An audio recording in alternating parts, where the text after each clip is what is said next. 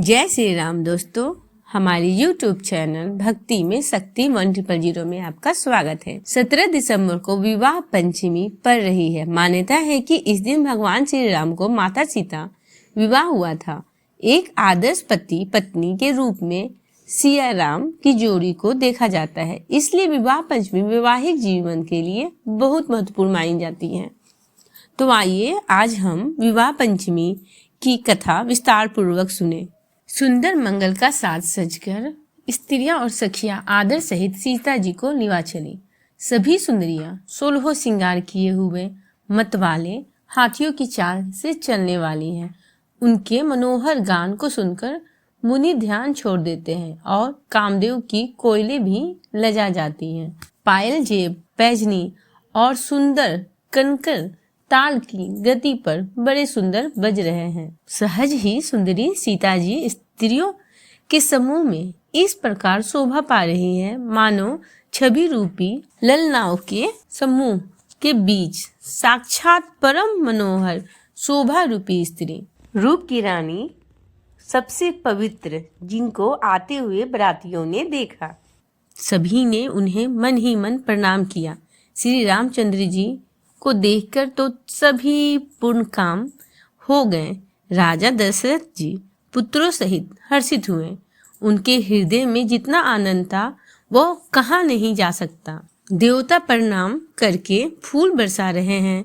मंगलों की मूल मुनियों के आशीर्वाद की ध्वनि हो रही है। गानों और नगारों के शब्द से बड़ा शोर मच रहा है। सभी नर नारी प्रेम और आनंद से मग्न हैं।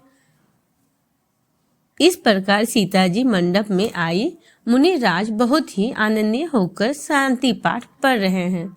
उस अवसर की सब रीति व्यवहार और कुलाचार दोनों कुलगुरुओं ने किए। कुलाचार करके गुरुजी प्रसन्न होकर गौरी जी, गणेश जी और ब्रह्मा की पूजा करा रहे हैं अथवा ब्राह्मणों के द्वारा गौरी और गणेश जी की पूजा करवा रहे हैं। देवता प्रकट होकर पूजा ग्रहण करते हैं, आशीर्वाद देते हैं और अत्यंत सुख पा रहे हैं। मधुपर्क आदि जिस किसी भी मांगलिक अर्थात मुनि जिस समय भी मन में चाह मात्र करते हैं, सेवक गण उसी समय सोने की परातों में और कलशों में भरकर उन पदार्थों को लिए तैयार रहते हैं। स्वयं सूर्यदेव प्रेम सहित अपने कुल की सब रीतियों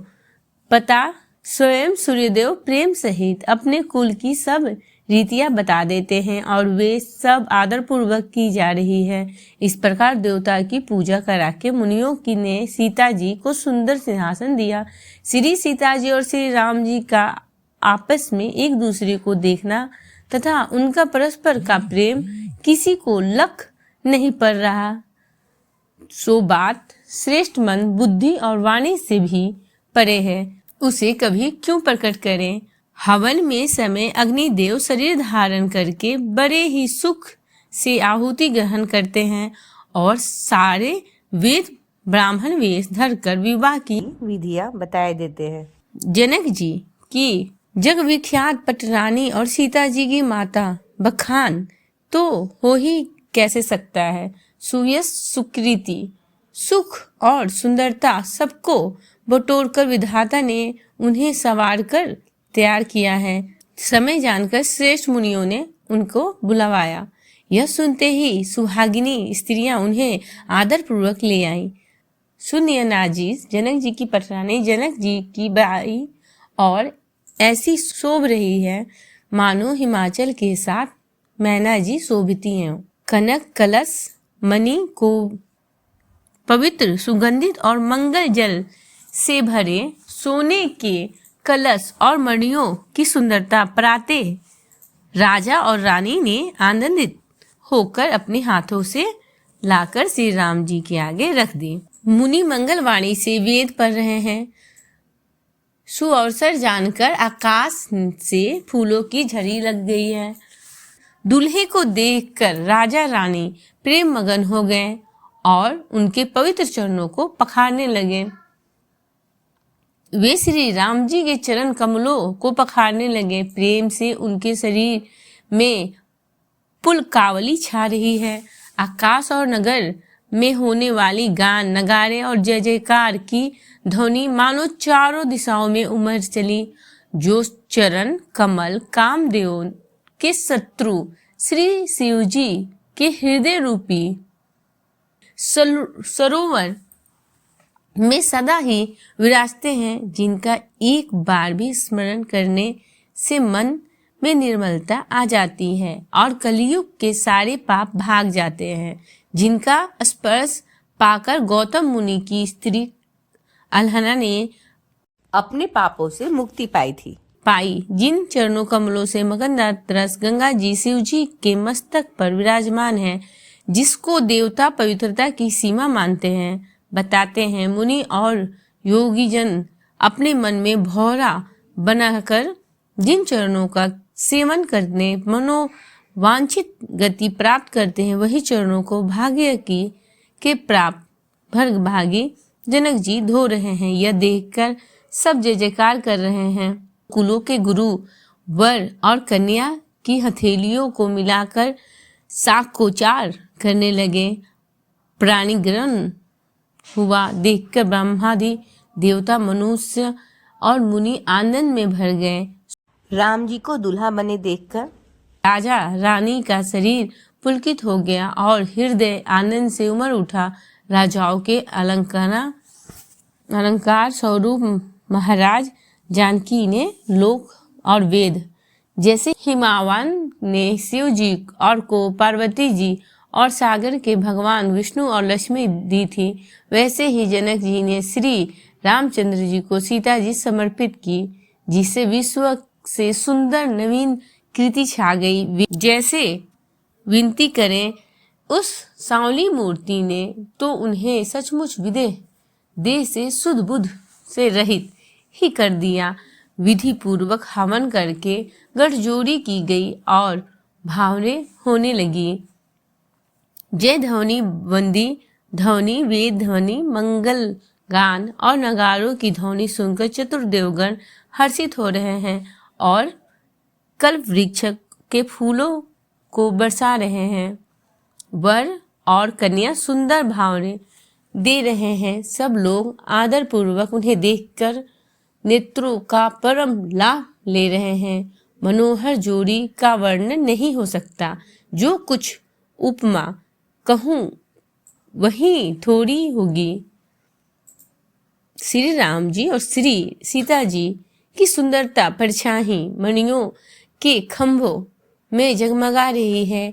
मानो कामदेव और रति बहुत से रूप धारण करके श्री राम जी के अनुपम विवाह को देख रहे हैं।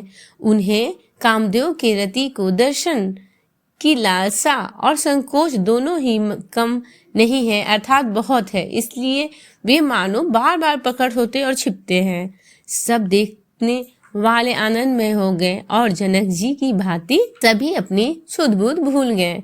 मुनियों ने आनंद पूर्वक भावरे फिराई और नेक सहित सब रीतियों को पूरा किया। श्री रामचंद्र जी सीता जी के सिर में सिंदूर दे रहे हैं। वह शोभा किसी प्रकार भी कहीं नहीं जा सकती।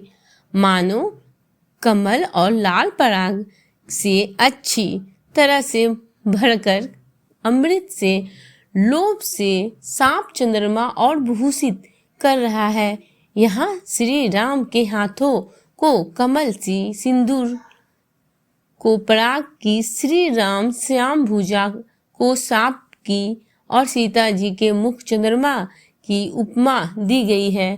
फिर वशिष्ठ ने आज्ञा दी, तब दुल्हे और दुल्हन एक आसन पर बैठे। श्री राम जी और जानकी जी श्रेष्ठ आसन पर बैठे। उन्हें देखकर दशरथ जी मन से बहुत आनंदित हुए। अपने सकृति रूपी कल्प वृक्ष में नए फल देखकर उनका शरीर बार बार पुलकित हो रहा है। 14 भुवनों में उत्साह भर गया। सबसे कहा कि श्री रामचंद्र जी का विवाह हो गया। जीव एक है और यह मंगल महान है, फिर भला वह वर्णन करके किस प्रकार समाप्त किया जा सकता है।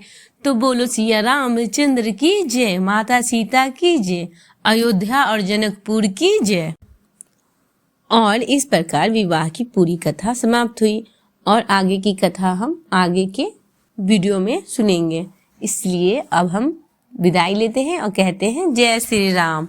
हमारे YouTube चैनल भक्ति में शक्ति 100 को लाइक करें, सब्सक्राइब करें, नीचे जो बेल आइकन है उसे दबाना ना भी भूलें ताकि हमारा नोटिफिकेशन सबसे पहले आपके पास जाए। प्लीज़ हमें कमेंट करके ज़रूर बताएं।